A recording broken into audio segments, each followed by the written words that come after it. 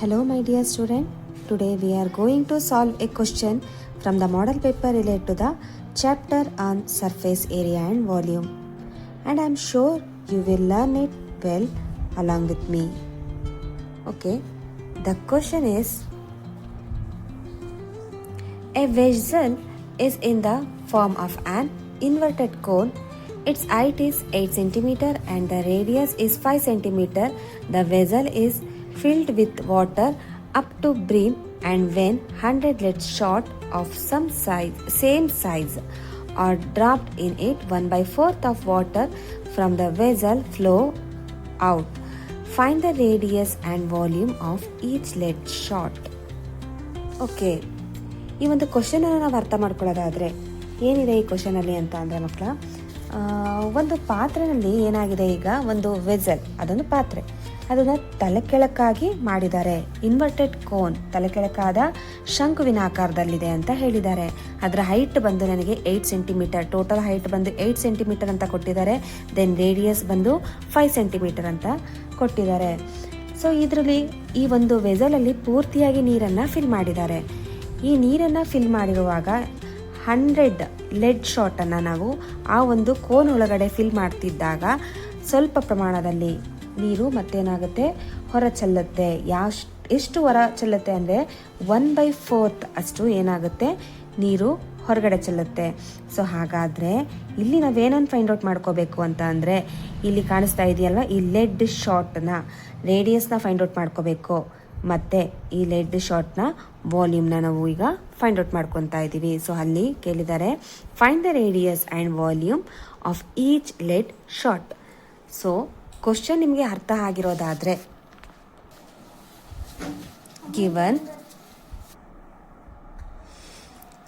ಬಂದು ರೇಡಿಯಸ್ ಕೊಟ್ಟಿದ್ದಾರೆ ನಮಗೆ.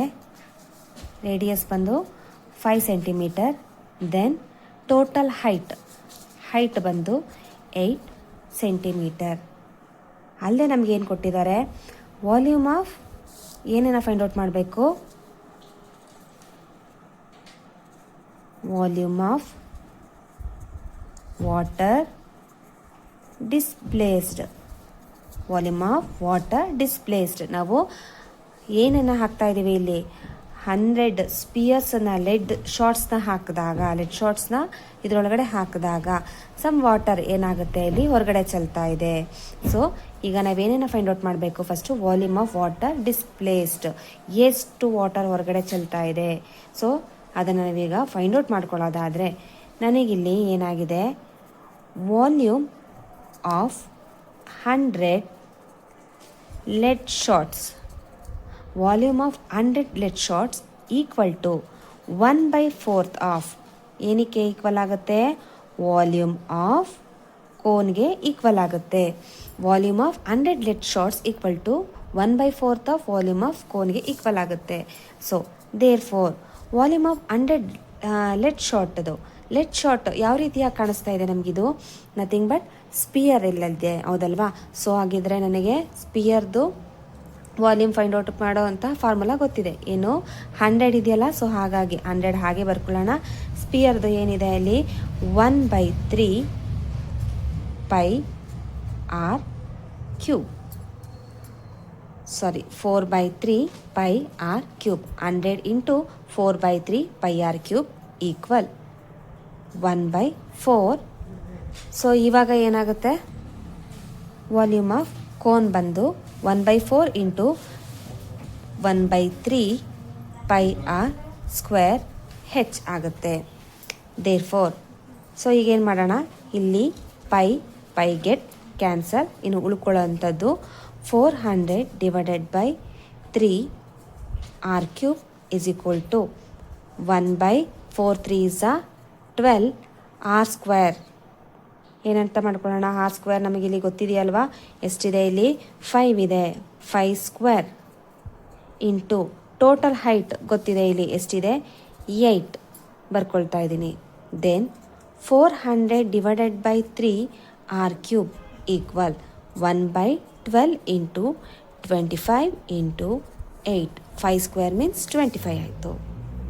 So 400 divided by 3 r cube equal 25 into 8 divided by 12 ಮಾಡ್ಕೊಳ್ಳೋಣ. 25 ಇಂಟು 8 ಎಷ್ಟು ಬರುತ್ತೆ ನನಗೆ 200 ಡಿವೈಡೆಡ್ ಬೈ 12 ಆಗುತ್ತೆ. ಸೊ ಈಗ ನಾನು ಏನು ಮಾಡ್ಕೊಳ್ತಾ ಇದ್ದೀನಿ, ಕ್ಯಾನ್ಸಲನ್ನು ಮಾಡ್ಕೊಳ್ಳೋದಾದರೆ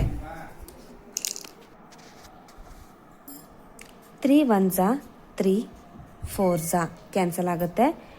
200 1s 200 2s ಕ್ಯಾನ್ಸಲ್ ಆಗುತ್ತೆ. ನನಗಿಲ್ಲಿ ಉಳ್ಕೊಂಡಿರೋದೇನೋ ಆಗಿದ್ರೆ ಇಲ್ಲಿ 2r³ ಉಳ್ಕೊಳ್ಳುತ್ತೆ ಈಕ್ವಲ್ ಇಲ್ಲಿ ಉಳ್ಕೊಳ್ಳೋಂಥದ್ದು 1/4. So r³ is equal to 1/2. 4 2s 8 ಆಯಿತು. So r is equal to cube root of 8. ಎರಡಕ್ಕೂ ಕ್ಯೂಬ್ ರೂಟನ್ನು ಹಾಕೊಂಡಾಗ 1ಗೆ ಕ್ಯೂಬ್ ರೂಟು 1 ಆಗುತ್ತೆ. ಸೊ ಕ್ಯೂಬ್ ರೂಟ್ ಆಫ್ 8 ಏನಾಗುತ್ತೆ 2 ಆಗುತ್ತೆ. Very good.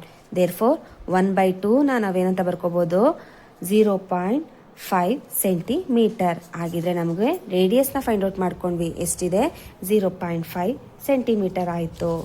ಸೊ ಈಗ ಏನನ್ನು ನಾವು ಫೈಂಡ್ ಔಟ್ ಮಾಡ್ಕೊಳ್ತೀವಿ ಆಗಿದ್ರೆ,